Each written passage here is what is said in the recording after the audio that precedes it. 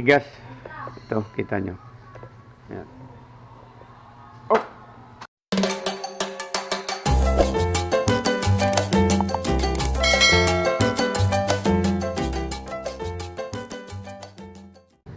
Hello, magandang araw. Magandang araw mga kaibigan. Kumusta po? Ito po ang i-share ko sa inyo. Itong aking grass cutter ay siguro mga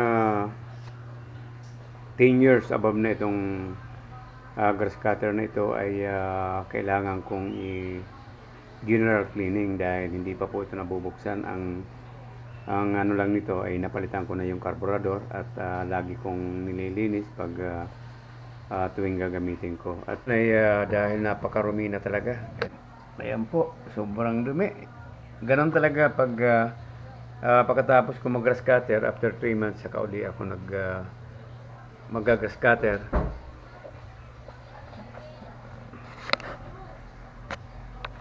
Ang pagitan po pag nakapag-grass cutter ako ay 3 buwan. At dahil nga sa sobrang busy ay hindi ko po nalilinis to. Mga kaibigan, subukan kong tanggalin ito. At para malagyan ko ng konting langis. Pero ito alaga po ito ng grasa mga kaibigan, puno pa nga yan. Tinatakpan ko lang yan. Sa totoo lang, ilang taon na po ito. Ay sa awa ng Diyos ay okay naman ang andar niya. One click lang. At ayun, nakapagpalit niya lang ako ng carburetor. Isang bisis. At ngayon ay mga kaibigan na ilang buwan kong hindi nalilinis ang carburetor yata. Siguro mga 6 na buwan. Mga kaibigan, at hindi ko na po naipakita yung pagbukas ko nito. Itong clutch drum ay hindi ko na po nagluko po yung video ko. Akala ko ay naka-on ay hindi pala. At medyo may kahirapan lang dahil first time ko po mabuksan to. Kaya nang sabi ko ay more than 10 years na po at hindi po nabubuksan ito.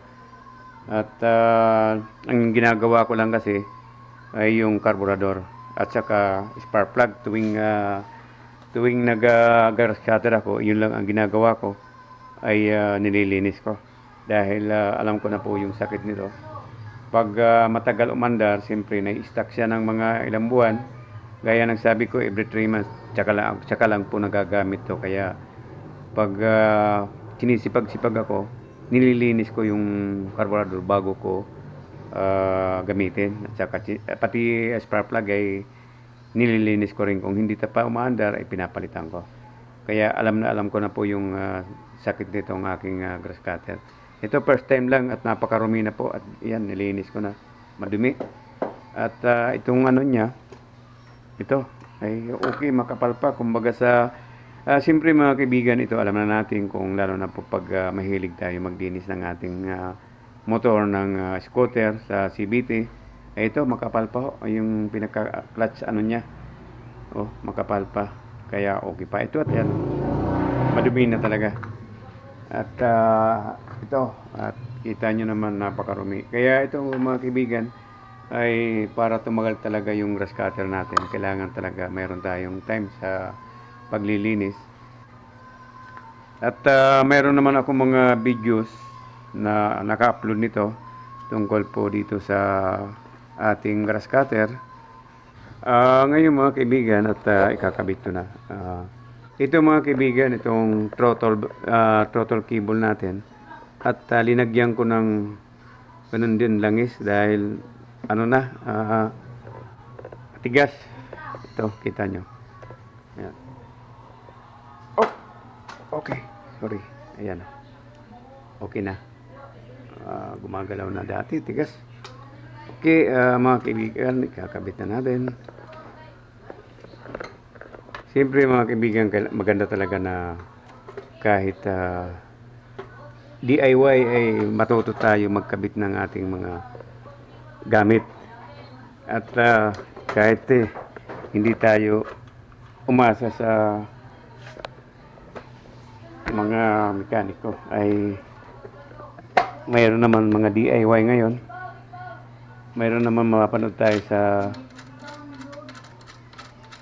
YouTube, ay wag lang tayong matakot magtanggal nito. Basta nasa tama lang yung pagkakabit natin. Unang bukas po mga kaibigan, pati yung sa head niya. At kailangan lang talaga ay maalaga tayo sa grasa. Iyan ang pinaka-importante.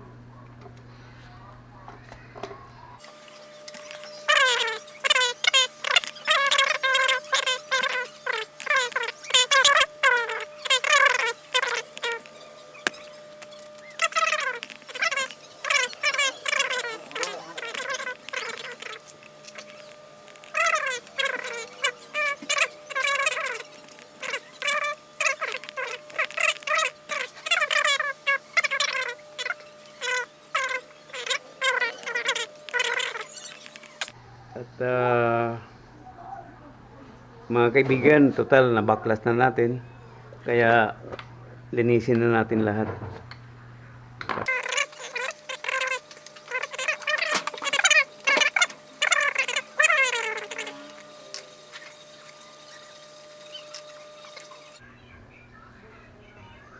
Mga kaibigan, nalinis na natin yung carburetor, ay ilagay na natin.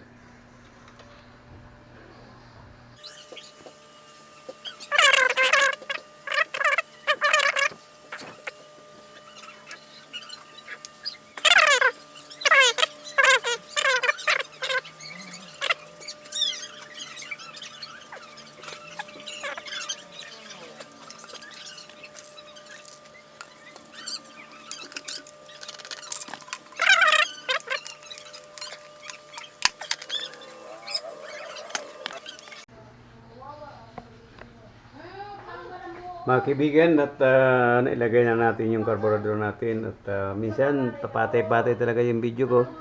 Pagpasensyaan nyo na, at hindi pa tayo nakabili ng the quality talaga na camera. Ito, malinis na po yung natin, air filter. Mga kaibigan, itong pump pala, sa akin kasi sinasabong ko siya. Ito mga kaibigan, para tanggalan na talaga. Ito, tanggal ang dumi.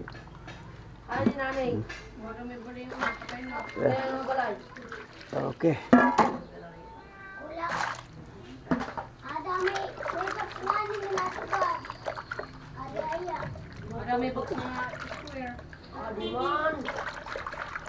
Tapos patuyuin natin pagkatapos. Itong ating foam para sa air filter, pinaka-air filter.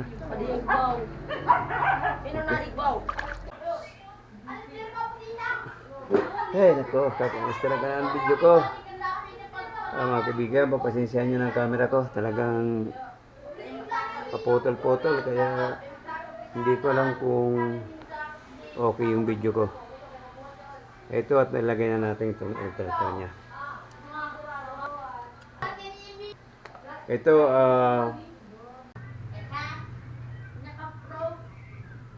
alam mo mga kaibigan, parang mas maganda talagang ilalagyan ng konting oil, tapos igaganon mo.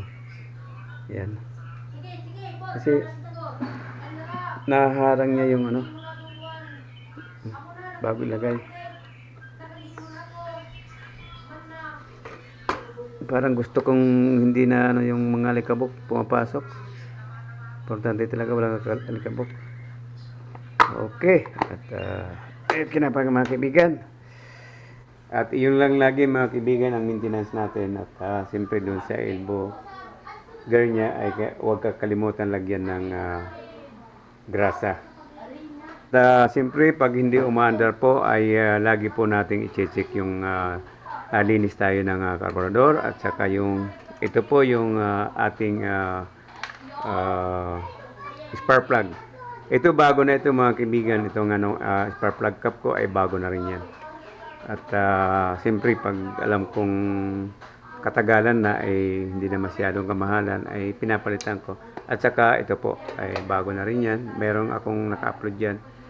At yun lang mga tip mga kaibigan, at sana ay mayroon kayong napulot kahit hindi tayo ah, expert na mekaniko ay DIY lang at ito po ay masasabi ko lang guarantee po ay mahigit na po 10 taon ay ako lang po ang nagmi-maintenance ito. At maalaga lang tayo mga kaibigan at ayun, kailangan lang natin ng konting kalikot para matuto tayo mga kaibigan. Yun lang, maraming salamat po mga kaibigan sa inyong lahat. Doon po sa baguhan, kung maaari po, ay pahingi po ng isang subscribe. Yun po ay malaking tulong po para sa aking YouTube channel.